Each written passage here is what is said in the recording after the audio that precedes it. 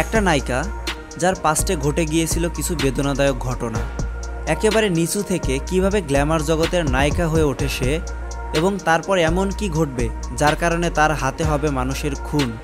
এই সব কিছুই দেখানো হয় দীপ্ত প্লের ওয়েব ফিল্ম পয়জনে।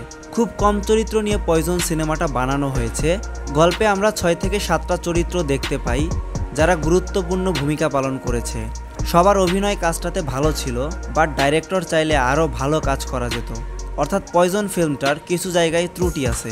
সিনেমাটার পরিচালক সঞ্জয় সমাদ্দার, যে এর আগে জিতের সাথে মানুষ সিনেমা করে আলোচনায় এসেছিল। পয়জনে নায়িকার চরিত্রে অভিনয় করেছে তানজিন তিশা।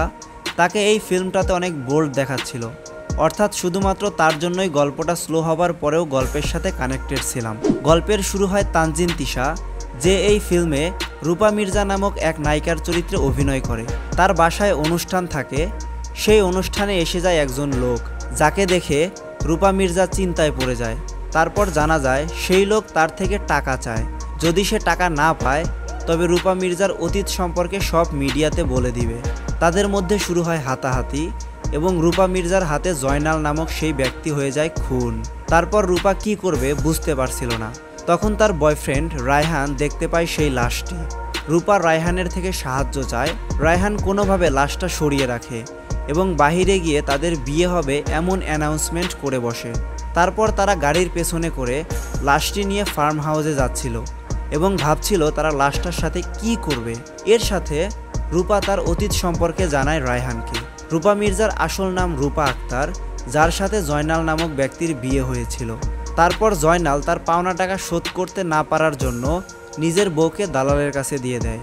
সেই দালাল তার সাথে সময় কাটায় এবং রূপার ভিডিও নিজের কাছে রাখে ব্ল্যাকমেল করার জন্য। এবং সেই দালাল একজন প্রডিউসারের কাছে নিয়ে যায় রূপাকে। তারপর রূপা তার বুদ্ধি দিয়ে সেই দালালকে মারার কথা বলে প্রডিউসারকে। বলে তাদের দুইজনের ভিডিও সেই দালালের কাছে আছে এবং পরে সে তাকে ব্ল্যাকমেল করবে।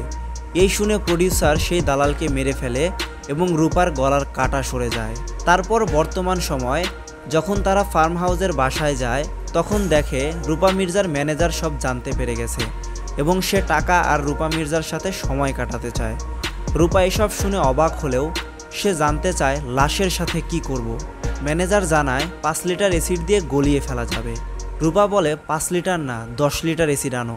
এরপর ম্যানেজার অ্যাসিড এনে যখন রূপা মির্জার সাথে সময় কাটাতে যায়, রূপা তাকে ফসলিয়ে হত্যা করে ফেলে এবং রায়হানকে দিয়ে লাশ কাটিয়ে অ্যাসিডে গলিয়ে দেয়।